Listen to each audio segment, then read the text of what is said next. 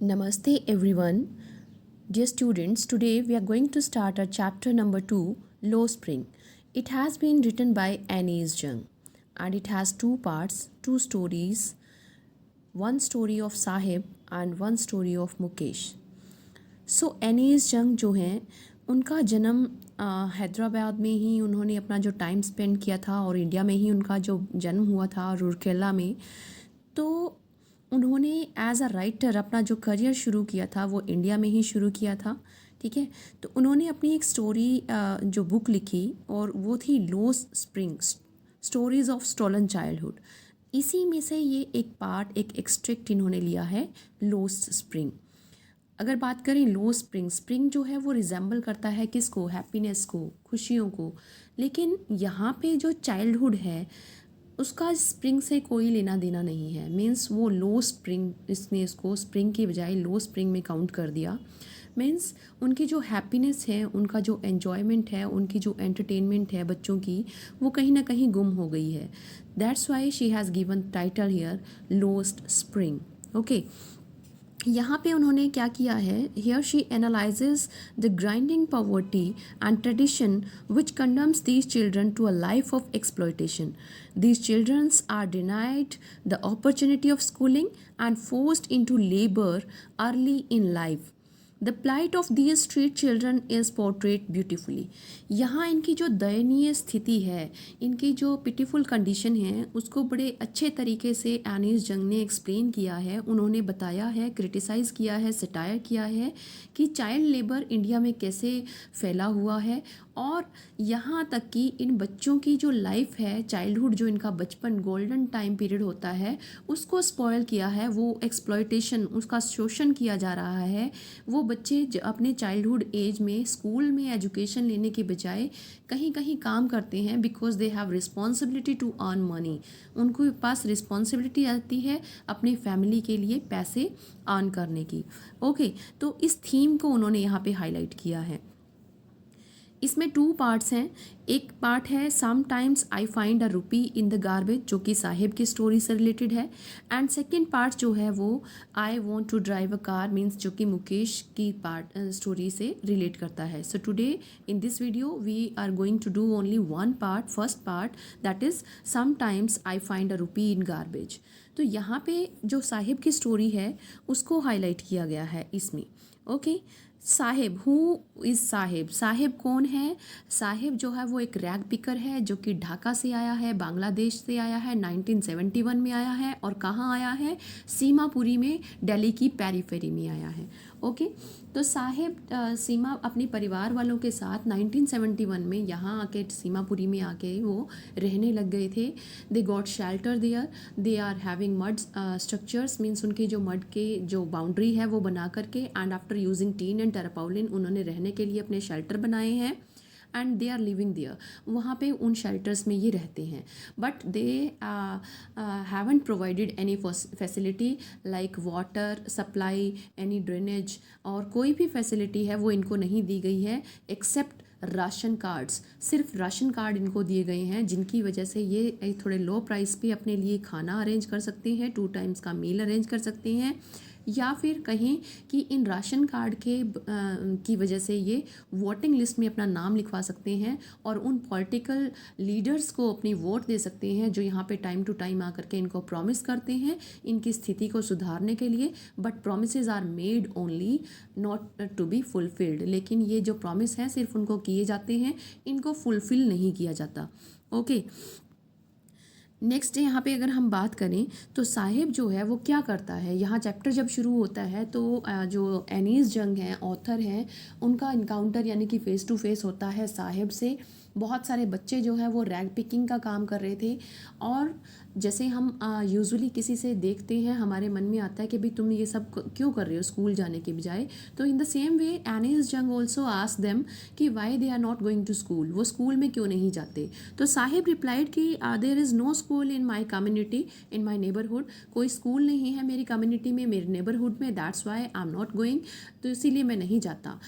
तो एनिस जंग जो है वो कहती है कि मजाक मजाक में ही उन्होंने कह दिया, if she will open the school then whether he is ready to come. तो Saheb replied, yes of course he will come.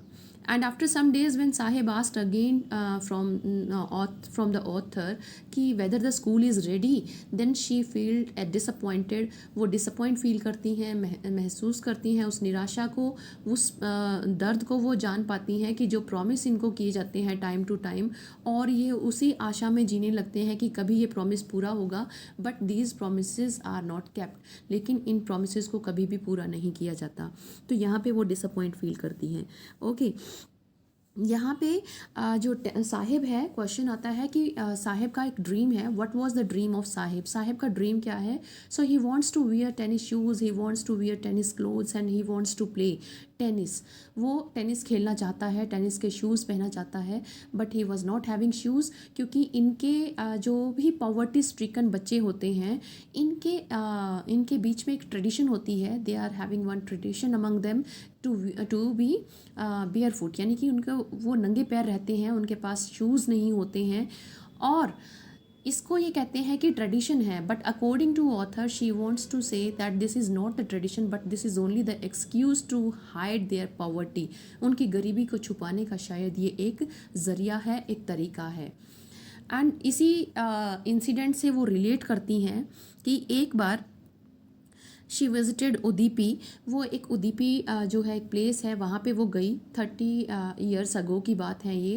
And she found one boy was worshipping to the god in the temple. Maybe he was asking for the shoes, a pair of shoes. And after 30 years later, when she visited the place again, then she found that the priest's son was wearing shoes. और वो आकर के अपना bag school से folding वहाँ पे पड़ी होती है, वहाँ पे फेंक देता है। वहाँ पे चेयर्स हैं, अब फोल्डिंग है, उस बच्चे के पैर में शूज़ हैं। तो ऑथर को कहीं ना कहीं लगता है कि शायद प्रीस्ट के बच्चे की जो प्रेयर थी वो तो गॉड ने एक्सेप्ट कर ली है, बट स्टिल जो रैग पिकर्स हैं वो अभी भी नंगे पैर घूमते हैं, अभी भी उनके पास शूज़ नहीं हैं। इनमें से जब ऑथर कहती है कि तुम नंगे पैर क्यों घूमते हो, तो ये जो 2-3 बच्चे होते हैं, इनमें से वन रिप्लाई करता है कि भाई इनकी ये एक ट्रेडिशन है नंगे पैर घूमने की। इवन साहिब को जब भी शूज़ अगर कोई दे भी देता है, चप्पल अगर कोई दे देता है, और इसकी मदर इसको शेल्फ से, यानी कि घरों में जो एक बनी होती है रखने के लिए प्लेस, जिसको हम शेल्फ यानी कि लोकल लैंग्वेज में हम उसको टांड वगैरह कुछ बोलते हैं, तो वहाँ पे वो फेंक देता है, वो पहनता नहीं है इसको। ओके, और यहाँ पे ऑथर, लेकिन साहिब का सपना क्या है? टेनिस शूज़ पहनने का। So whether he got the shoes, the shoes, क्या उसको वो शूज़ मिले? Yes, he got the shoes, the same shoes means tennis shoes, because one rich boy discarded the shoes due to hole in one of them. एक जो rich boy है उसके जूतों में एक में होल हो जाता है, जिसकी वजह से वो उन जूतों को फेंक देता है, और ये जूते शायद उसको साहिब को दे दिए जाते हैं। And he was very happy to wear these shoes, it doesn't matter कि उसमें होल था या नहीं था, उसका एक जैसे उसको लग रहा था सपना पूरा हो गया टेनिस शूज़ पहनने का। And he often watched the players while playing tennis. सामने एक ग्राउंड है, उसमें वो देखता रहता है जब भी वो खेलते हैं। And security guard let him to play in the evening for some time. कभी कभी सिक्योरिटी गार्ड जो है वो उसको दया खा करके उसको शाम को टेनिस ग्राउंड में जाने की परमिशन देता है, जब वहाँ पे कोई नहीं होता, और वो उसको खेलने का लुत्फ भी उठाता है। And what happened one day, he got the shoes and he was very happy. He wanted to play tennis, but then also we can say कि his dream was not fulfilled completely. लेकिन उसका जो dream है वो completely fulfill नहीं हुआ था। Okay, and garbage is gold to them. So metaphor device is here. And one more thing, garbage is gold to them, garbage to them is gold. So what do you mean by this? Explain this line. So according to this is for elders, it means this is a source of their daily bread and roof over their heads. It is means of survival for them. But for kids, for children, it is a wonder box. ये एक wonder box का काम करता था, ये एक surprise का काम करता था, जिसमें उनको रैप मिलते थे, कभी 1 रुपी कॉइन तो कभी 10 rupee coin. Okay, at last this morning Sahib in One of his way to the milk booth. In his hand is a steel canister, and he works in a tea stall. He is paid 800 rupees and all his meals. Sahib is no longer his master. His face has lost the carefree look. He doesn't seem happy working at the tea stall. यहाँ पे at last हम देखते हैं कि साहिब जो है वो क्या करता है, वो एक टी स्टॉल पे काम करता है और वहाँ पे उसको अब 800 रुपीज़ मिलते हैं और उसको 3 टाइम्स का मील मिलता है. But then also he was not happy working there because he was not his own master now and he has lost his carefree look. और उसने अपनी केयर फ्री लुक जो थी उसकी, हालांकि जब रैग पिकिंग वो करता था तो उसका जो One more thing, at last we found कि Sahib was working at a tea stall and he was not happy working there because he was not his own master now. However, he was getting 800 rupees per month and 3 times meal, but then also he was not happy. वहाँ पे वो काम कर रहा था, तीनों time का खाना उसको मिल रहा था और उसको 800 रुपीज़ भी मिल रहे थे, लेकिन फिर भी वो खुश नहीं था क्योंकि जब वो रैग पिकिंग करता था वो भी उसको बैग उठाना पड़ता था, जगह जगह पे भटकना पड़ता था. बट फिर भी कहीं ना कहीं वो अपनी मर्ज़ी का मालिक था, या वो अपनी मर्ज़ी से काम करता था. लेकिन यहाँ पे अब उसे किसी की गाइडेंस में काम करना पड़ता है, किसी की जो उसको इंस्ट्रक्शंस हैं वो फॉलो अप करनी पड़ती हैं. So that's why he was not happy working there. Okay, कुल मिला के इस चैप्टर में चाइल्ड लेबर के ऊपर एक तरह से क्रिटिसाइज़ किया गया है, सटायर किया गया है, उनकी पिटीफुल जो कंडीशन है उसको शो किया गया है. तो कैसे हम इसको रिमूव कर सकते हैं, how can we remove this thing. हम इसको रिमूव कर सकते हैं by bringing awareness among people. लोगों के बीच में हमें जागरूकता लानी होगी. और जो कानून होते हैं, these are not only, these should not be only implemented on papers but it should be implemented practically also. इसको हमें प्रैक्टिकली जो है एनफोर्स करना पड़ेगा, इम्प्लीमेंट कराना पड़ेगा, तब जाके बात बनेगी. अदरवाइज़ तो पेपर में कानून बनाने से कोई भी कुछ भी बेनिफिट नहीं होने वाला और ना ही हम इस चाइल्ड लेबर को रिमूव कर सकेंगे, अपनी सोसाइटी से निकाल पाएंगे.